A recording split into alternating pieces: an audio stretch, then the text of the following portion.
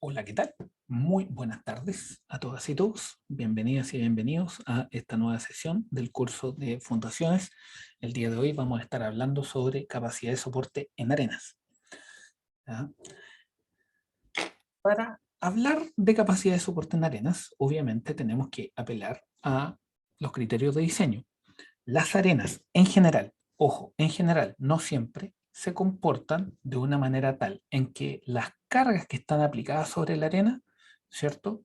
Se aplican a una velocidad significativa más lenta de aquella a la cual la arena es capaz de drenarse. Eso quiere decir, en términos prácticos, que para efectos constructivos, ¿cierto? Que son los que nos atingen a nosotros, el periodo de construcción es significativamente mayor que el periodo de consolidación. Por lo tanto, las arenas se pueden analizar desde una perspectiva de análisis drenado. Vamos a activar el lápiz, análisis drenado, y cuando trabajamos con un análisis drenado, tenemos que los parámetros de diseño son C y Φ. Ahora, supongamos de que tenemos una fundación en el contexto que se presenta en la figura, ¿cierto? Tenemos un terreno inclinado, esto está a una profundidad D, existen ciertos parámetros del suelo que necesitamos para diseñar, esto está con una cierta solicitación y además la base de la fundación presenta una inclinación. ¿Ya? En ese contexto, si nosotros consideramos la ecuación de capacidad de soporte de Tersaghi que está dado por esta ecuación, que ya conocemos, aquí viene el momento de hacer correcciones, ¿cierto? Estas correcciones las vamos a hacer para los factores de capacidad de soporte NC, NQ y N gamma. Así, nuestra ecuación, ¿cierto? Vamos a corregir los parámetros NC, NQ y N gamma. ¿Y por qué los corregimos? Los vamos a corregir por forma, por profundidad, por inclinación de las cargas, por inclinación de la base y por inclinación del terreno. Y esto para cada una de los términos de la ecuación de capacidad de soporte. ¿Ya? Eso quiere decir que los términos asociados al NC, los términos asociados al NQ y los términos asociados al N gamma van a ser corregidos por forma, inclinación, inclinación de carga, profundidad, inclinación de la base, inclinación del terreno. ¿Ya? Y obviamente cada uno de esos factores va a tener una expresión asociada, ¿ya? Las cuales han sido definidas a lo largo de todos los estudios que se han hecho correspondientes al diseño de fundaciones. ¿Ya? Ahora, ¿qué es lo que pasa? Las arenas generalmente tienen cohesión nula, ¿cierto? No siempre, pero generalmente sí. Entonces, en ese contexto es que para el caso que estamos presentando en esta clase, ¿sí? Posteriormente lo vamos a presentar para cohesión no nula, pero asumiendo que esto tiene cohesión nula, ¿cierto? Que el C es igual a 0, el término NC obviamente se va en caso que la cohesión, si la cohesión es 0. ¿Sí? Entonces sacamos eso. Entonces eso lo tenemos ahí y nuestra ecuación nos queda finalmente de esa forma. ¿Ya? Ahora, los términos con los cuales vamos a corregir son súper directos. Se pueden implementar en una planilla Excel tal como el resto de los coeficientes que hemos venido revisando durante el desarrollo de nuestro curso de fundaciones, ¿sí? Y tenemos para los términos de carga, ¿cierto? Tenemos que existen diferentes autores para el caso de corrección por forma, ¿no? Aquí están los S. Para los gamma, ¿cierto? Para el término gamma, tenemos las correcciones por forma dados por esos términos S gamma que van a depender de los diferentes autores con los cuales nosotros definamos trabajar. Lo importante es siempre ser consistente en el uso de los factores, ¿ya? Súper importante eso. Ahí esto obviamente tiene algunas notitas, siempre importante tener en cuenta la letra chica de este tipo de expresiones, porque hay que tener mucha claridad cuáles son las condiciones que se deben cumplir para poder implementarla con tranquilidad, ¿ya? Aquí tenemos los factores de profundidad para los términos Q, y gamma, dependiendo de los diferentes autores con los cuales podamos estar trabajando y obviamente su correspondiente letra chica, la cual debe ser considerada siempre a la hora de hacer los cálculos, ¿ya?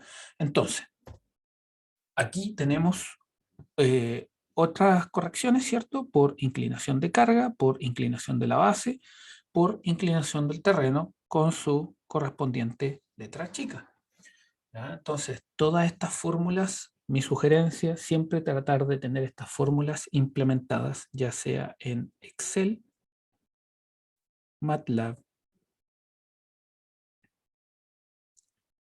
o MATCAD, ¿ya? Entonces, avanzando, ¿cierto? Súper importante tener presente que muchas de estas ecuaciones trabajan con el B efectivo, y el B efectivo, ¿cierto? Es aquel que considera la existencia de excentricidad. También algunos de los autores trabajan con valores nominales, que son los valores efectivos, los valores reales del B y el L asociados a la zapata con la cual estamos trabajando. Pero también, dependiendo del autor, podemos trabajar con los valores efectivos, un B efectivo y un L efectivo, en caso que existan estas excentricidades. Eso lo hemos conversado en clase y es súper importante que lo tengamos presente, porque eso tiene obviamente una incidencia en los resultados de nuestras ecuaciones, ¿ya? Y nuestros resultados de cálculo. Ahora, recordamos que los B efectivos y los L efectivos están dados por las excentricidades a través de esta fórmula, ¿no? Esto en particular en el caso en que tengamos una situación que hay momentos aplicados en ambos ejes de la zapata, ¿ya? Ahora, ¿qué otra cosa también es muy importante a la hora de tener presente cuando trabajamos con las arenas? ¿Ya? Recuerden que las arenas son mucho más heterogéneas en general que las arcillas, ¿ya? Aquí les dejo este escrito que dice lo siguiente. Según lo que se ha visto, el valor del ángulo de fricción interna del suelo es vital, ya que define el valor de los valores de NC, NQ y N-gamma, ¿cierto? De los factores de capacidad de soporte. Sin embargo, ¿cómo elegimos de manera criteriosa un valor de phi, dado que el phi debe ser representativo del suelo? ¿Ya? Eso es súper importante porque fíjese, ahí dice, los phi que se obtienen en general, ¿cierto? Los que vamos a obtener de nuestra caracterización geotécnica del terreno, se obtienen en general de ensayos realizados en muestras puntuales, obtenidas en lugares puntuales, obtenidas también a profundidades puntuales. Entonces el punto es, ¿de qué manera podemos generalizar el uso del phi, entendiendo que lo estamos obteniendo de muestras muy puntuales, ¿no? En el caso de que tengamos ensayos de laboratorio, por ejemplo, ¿ya? Obviamente, si tenemos herramientas como CPT, en donde tenemos un valor de phi un poco más detallado, ¿no? Porque con el CPT podemos ir detallando el valor de phi en la medida que aumenta en profundidad, ¿cierto? ¿Cómo lo hacemos? Aquí el ejemplo que me gustaría presentar para sentar el caso de por qué esta discusión es importante está dado por esta figura. Aquí tenemos una falla, un talud, y este talud eventualmente va a fallar, ¿cierto? Eventualmente fallaría de esa manera. Si nosotros nos fijamos, este talud, aquí esto va en esa dirección, eso va en esa dirección y eso iría en esta dirección a la hora de fallar. Por lo tanto, si nosotros tratamos de replicar, ¿cierto?, cómo estos movimientos se podrían reproducir en un laboratorio, en el fondo lo que tenemos acá es una probeta triaxial, donde tenemos el sigma 1 vertical y tenemos el sigma 3 horizontal. En este caso tenemos una situación de corte puro y aquí tenemos una situación triaxial en la cual el sigma 1 está en esa dirección y el sigma 3 está en esa dirección. En ese contexto, esto es un triaxial en compresión. En compresión, esto vendría siendo un ensayo de corte simple Y esto vendría siendo un ensayo de triaxial en extensión, ¿cierto? En extensión. ¿Ya? La extensión entendida principalmente como una descompresión. Por lo tanto, cuando tenemos esta falla de talud, por ejemplo, tenemos que estar en estas tres condiciones tensionales. Sin embargo, probablemente cuando saquemos los resultados de C y Phi de ensayos de laboratorio, los vamos a hacer a partir o bien de un ensayo de corte simple, o los vamos a hacer a través de un ensayo triaxial. Lo más común es hacerlo a través de un ensayo triaxial. Entonces el punto es, ¿cuál es el Phi más representativo acá? Considerando que cuando tengamos una fundación, vamos a presentar casos similares desde una perspectiva tensional de qué es lo que se genera tensionalmente en torno a las superficies de falla de nuestro sistema de fundación, ¿cierto? También vamos a tener un triaxial en compresión, vamos a tener una situación de corte puro en la base de la espiral logarítmica y vamos a tener una zona de triaxial en extensión en esta zona que sale hacia la superficie. Entonces, estrictamente, en cada punto de la superficie de falla va a existir un phi, dado que se generan diferentes estados tensionales según la rotación de tensiones va ocurriendo. Recuerden de que todo el sistema involucrado en una falla de fundación, pensando en la falla general, del tipo general, ¿cierto? Hay rotaciones de tensiones involucradas y obviamente eso condiciona los valores del ángulo de fricción del suelo. ¿Ya? Entonces, aquí voy a hacer unos pequeños... Dice, según el punto de la superficie se produce un estado tensional y por ende una deformación diferente. ¿Cómo trabajar las ecuaciones con un valor de phi y de tensiones representativo de lo que sucede en el terreno? ¿Ya?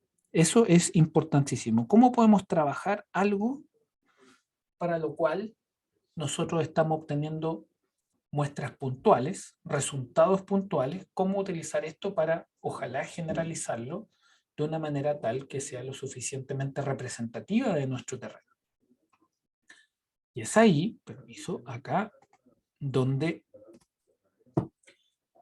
lo que vamos a hacer es trabajar una metodología que nos permita seleccionar un valor de phi. Entonces, ¿qué es lo que dice acá? Dice, utilizar los valores de phi obtenidos de los ensayos, entendiendo que representan un valor puntual, por el cual ni siquiera sabemos si pasa efectivamente la falla, ¿cierto? Todo depende de dónde saquemos las muestras, de dónde hagamos los ensayos que estemos realizando, ya sea en terreno o laboratorio.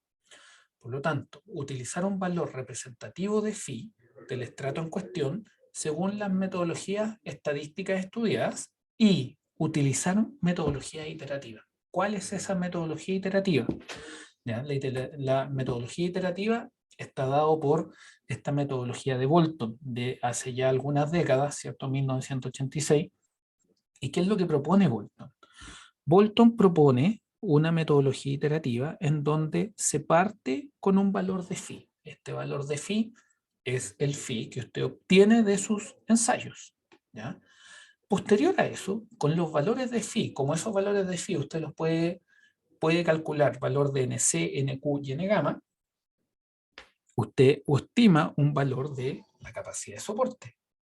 Y con ese valor de capacidad de soporte usted va a estimar también un valor llamado sigma MP, que es un valor tensional promedio, ¿ya? Ahora, el valor tensional promedio, ¿cómo lo va a calcular? El valor tensional promedio lo va a calcular con estas ecuaciones que usted tiene acá, ¿ya? Que han sido propuestas por diferentes autores.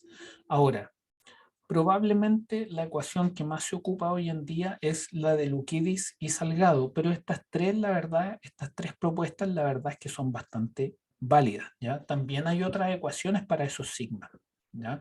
Lo importante es que usted conozca muy bien la referencia y cuál es la letra chica que presenta esa referencia, cuáles son los supuestos bajo los cuales trabaja, ¿ya? Eso es lo más importante. Entonces, ¿qué es lo que vamos a hacer?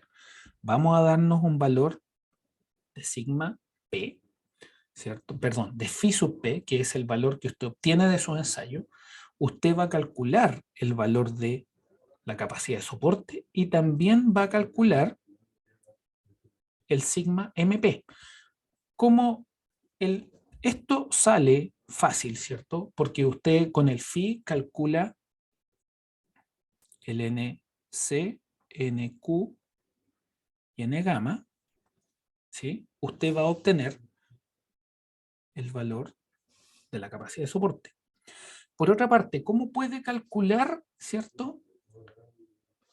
¿Cómo puede seguir sus cálculos? Usted calcula el valor del sigma MP y el valor del sigma MP lo va a implementar en esta ecuación que dice I sub R igual a I sub D, factor de Q menos el logaritmo de 100 por sigma MP partido por la presión atmosférica, ¿ya? Y todo eso menos un RQ. Aquí el valor importante a meter en esta ecuación es el sigma MP. ¿Qué es lo que pasa con el sigma MP? Que usted lo calculó con las propuestas, con las ecuaciones propuestas que presentamos hace algunos minutos. Y los valores de RQ, usted los puede obtener de esta tabla que está acá, ¿no? Ahí está el valor de RQ, ¿sí? Que va a depender del contenido de finos. Esta es una metodología que fue propuesta especialmente para arenas y es por eso que en este caso está corregida, ¿cierto? Por diferentes contenidos de finos, ¿no? Vamos a llamarle ahí contenidos de finos. ¿Ya? El valor de Q está en esta columna. Por lo tanto, como usted ya tiene el phi, con el phi calculó el NC, NQ y N gamma, y con eso calculó el Q sub BL, y además calculó el sigma MP con las ecuaciones propuestas, usted puede obtener un valor para IRD. ¿Sí? Aquí en particular me faltó mencionar este parámetro que la idea usted lo calcula, ¿cierto? Dependiendo de la densidad relativa que usted tenga, ¿ya? Ahora bien, en la práctica, estos valores de Q y RQ muchas veces se toman como 10 y como 1 respectivamente, para que lo tenga presente, ¿ya? Y con eso usted puede determinar un valor de phi representativo del terreno en el cual usted está trabajando a partir de los ensayos con los cuales usted trabajó, ¿ya? De los ensayos que usted realizó en terreno. Ahora bien, ¿cómo va a obtener ese phi? Fíjese que usted ya ha hecho todos estos cálculos que tiene acá y por lo tanto, ahora usted continúa con la iteración. Aquí usted tiene su phi sub p, ¿cierto? Que fue el primer phi que sacó. Después eso dice el phi sub p más 5 menos 2 por k menos 1 y todo eso factor de IR. El factor de IR usted ya lo obtuvo, ¿cierto? Por lo tanto, el único factor que nos va quedando para obtener el valor del phi que va a hacer válida la iteración, ¿cierto? Va a depender de esta expresión que depende principalmente de K. Por lo tanto, el K, ¿cuál es el valor que usted va a ocupar para K? Va a depender de cuáles son las condiciones con las cuales usted ensayó. Fíjese, si usted tiene un ensayo de deformaciones planas, el valor de K vale 1. Si usted considera deformaciones triaxiales, ¿cierto? Trabajo con triaxial, 2. Si usted tiene zapata cuadrada, ¿cierto? ¿Usted qué es lo que va a hacer? Usted va a trabajar con el valor de A sub phi. Y el valor de A sub phi, que es una alternativa a la ecuación original, que es esta. Y está acá. Y el valor de A sub phi va a ser la condición triaxial, zapata cuadrada o circular, va a ser 5 si usted trabaja con una zapata continua de L sobre B mayor a 7, o bien va a tener esa función de L y B dependiendo de los valores que cumplan L con B. ¿Ya? Entonces usted tiene dos maneras de hacer esta iteración, ¿cierto? Son la misma, todo depende de cómo usted quiera desarrollarla, ¿ya? Dependiendo de si usted trabajó haciendo ensayos, ¿cierto? Y tomando ciertos ensayos específicos, como por ejemplo un triaxial, ¿ya? O bien si usted aplica esas mismas condiciones con las cuales hace los ensayos, pero las aplica a las condiciones de terreno que enfrenta, ¿ya? Entonces, de eso se trata.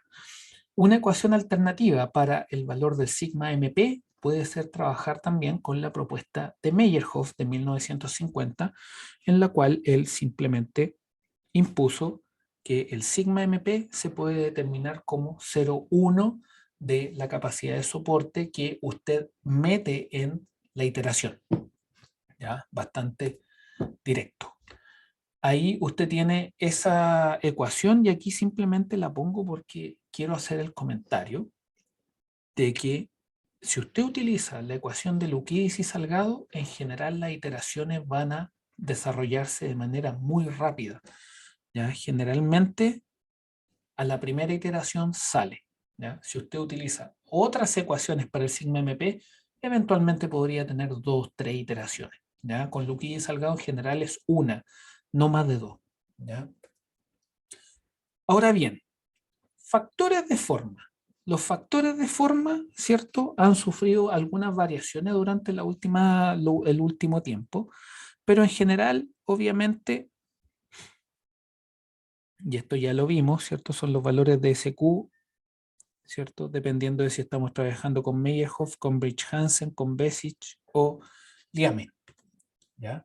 Entonces, ¿por qué son importantes los factores de forma? Porque en el fondo los factores de forma nos están recogiendo el hecho de que estamos en un sistema. En particular, si nuestras fundaciones tienen formas cuadradas, circulares, rectangulares, están recogiendo el hecho de que ante ese tipo de geometría nosotros estamos perdiendo la situación, la condición de deformaciones planas, ¿ya? Entonces, en general, aquí les dejo este pequeño comentario que si tenemos zapatas cuadradas, vamos a tener una condición triaxial y que el phi, ¿cierto?, va a ser un poquito menor. ¿Sí? Si tenemos una zapata continua, vamos a estar trabajando en condiciones planas, ¿cierto? Y el phi eventualmente puede ser un poquito mayor, ¿ya? Entonces los factores de forma, súper importantes tenerlos presentes, súper importante también reconocer qué es lo que recogen, ¿ya? ¿Qué es lo que están reconociendo los factores de forma? Y en general todos los factores, ¿no?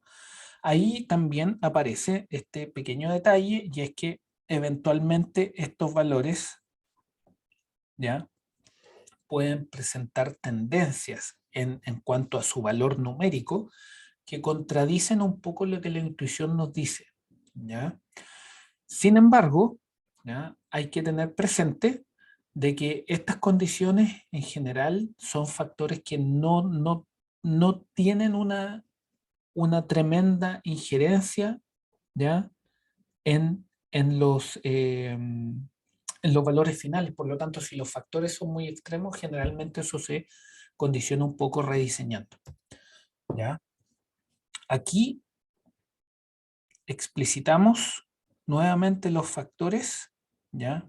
Inclinación de carga, inclinación de base, inclinación de terreno, y lo que hacemos es que obviamente aquí aparecen unas condiciones de direccionalidad, ¿no? Porque una carga, por ejemplo, una carga horizontal podría presentar una descomposición según los ejes que están controlando la zapata, ¿ya? Y eso se tiene que manejar de alguna manera, y es por eso que aparecen los factores MB y ML, que son los que se utilizan en alguna de las expresiones presentadas en esta diapositiva, ¿ya? Y así es como grafican los factores M con respecto a la variable B sobre L, ¿ya?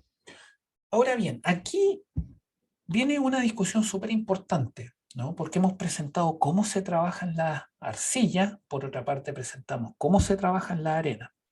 Hicimos los comentarios con respecto a que los supuestos con los que estamos trabajando ¿cierto? En arcilla es que estamos asumiendo de que en general, para arcillas, la carga es mucho más rápida que la capacidad de drenaje de la arcilla y por lo tanto controla una condición no drenada, ¿cierto? De no cambio de volumen, ante lo cual trabajamos con el criterio de diseño no drenado, ¿cierto? Criterio de tensiones totales. Por otra parte, presentamos que las arenas, ¿cierto? En general presentan un drenaje muy rápido con respecto a la velocidad a las cuales las cargas son aplicadas y por lo tanto podemos trabajar asumiendo un criterio de diseño drenado, ¿cierto? De tensiones efectivas con parámetros C y Φ. Entonces, por una parte tenemos el caso no drenado, C igual S sub U, Φ igual 0, diseño drenado, C y Φ. Y eso lo asociamos a diferentes tipos de suelo. Así es como en general se presenta. Pero aquí es donde me gustaría detenerme a conversar ciertos aspectos para clarificar, ¿ya? Antes de hacer esto, ¿ya? En extenso, me gustaría, me gustaría explicar cómo este supuesto condiciona el hecho de la manera en que corregimos, ¿cierto? Por los diferentes factores, factores de forma, inclinación, profundidad, ¿ya?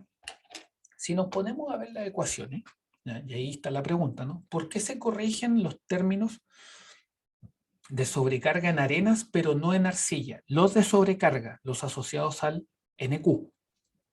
Si ustedes se fijan y se recuerdan, cuando íbamos con arcillas calculábamos la capacidad última de esta manera. Sin embargo, lo que se presentó para arenas en este módulo es que se presenta esta ecuación donde efectivamente el término NQ está corregido por estos factores. Y es aquí donde viene un concepto súper importante que se correlaciona de manera directa con lo que son los criterios de diseño. Si ustedes se fijan, ¿cierto? Para calcular los valores de n gamma, los valores de n gamma se calculan asumiendo que el suelo es no cohesivo y que no hay sobrecarga. Cuando queremos calcular los valores de nc, los supuestos que hacemos es que no hay gravedad y no hay sobrecarga. Cuando hacemos los supuestos para trabajar el NQ, estos son que el suelo es no cohesivo, ¿cierto? Perdón, para calcular el NQ,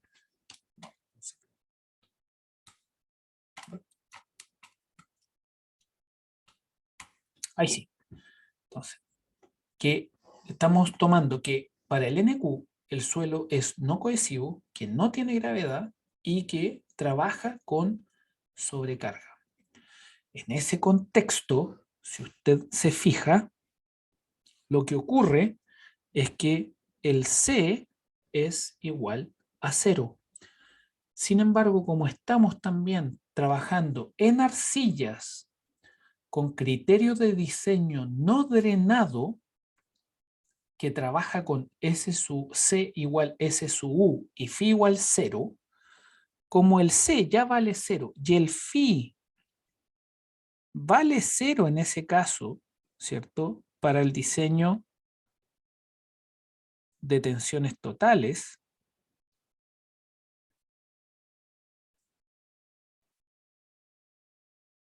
para ese parámetro en arcillas, dado el criterio de diseño que se elige, C igual S sub U, phi igual 0, ¿ya?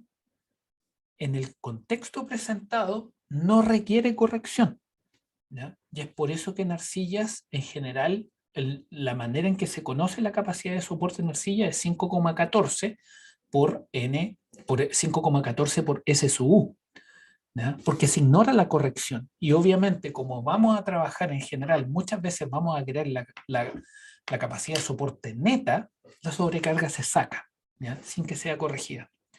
Como ese no es el caso en arenas, para el caso que estamos presentando de diseño de tensiones efectivas, ¿ya? En ese contexto es que se tiene que corregir el factor NQ por los factores que hemos estado conversando. Entonces, esa situación es la que responde a por qué en el contexto presentado las ecuaciones de capacidad de soporte, cuando se consideran correcciones en el NQ para arenas y no consideran correcciones para el NQ en arcillas. Fundamental desde una perspectiva sobre todo teórica, ¿no? Por el trasfondo teórico que tiene eso y cómo se condice con los criterios de diseño a partir de los cuales estamos trabajando. ¿Ya? Entonces, si seguimos, aquí viene probablemente lo más importante de esta sesión. En arcillas, en general, vamos a ver en los libros y en muchas referencias que se trabaja con esta expresión para la capacidad de soporte. Q igual a 5.14 S sub U más Q0. Y en arenas vamos a decir que el Q sub B, ¿cierto? El Q es igual al Q0 NQ por todos los factores de corrección más 0,5 por 0,5 gamma B N gamma por todos los factores de corrección. Esto es lo más común en la práctica, pero aquí es súper importante tener presente de que estos supuestos están hechos en base a una elección de los criterios de diseño. En el caso de las arcillas, el criterio de diseño que más se aplica en general es el de tensiones totales. C igual S sub U, phi igual 0. En arenas, el criterio de diseño que más se aplica es el de tensiones efectivas trabajando con C y phi. Entonces, aquí es donde quiero hacer hincapié en que hay que tener mucho cuidado con esto, ¿ya? ¿Por qué? Porque las arcillas también presentan comportamiento drenado. Las arenas también presentan comportamiento no drenado. Por lo tanto, si bien esto es lo más común en la práctica, lo más fundamental a tener presente es el diseño desde una perspectiva de lo que es el criterio de diseño. ¿Vamos a diseñar con tensiones totales o vamos a diseñar con tensiones efectivas? Lo más correcto es aplicar el criterio de diseño según el comportamiento del suelo, independiente del tipo de suelo con el cual estemos lidiando. En ese contexto, en el corto plazo, y esto es independiente de si es una arena o una arcilla, la expresión más correcta para la capacidad de soporte vendría siendo la que efectivamente estamos viendo, ¿cierto? Q igual 5.14, factor de S sub U, más Q0. Pero eso es en el corto plazo y es porque se trabaja con C igual S sub U y phi igual 0. En el largo plazo, donde vamos a trabajar con C y phi, podemos trabajar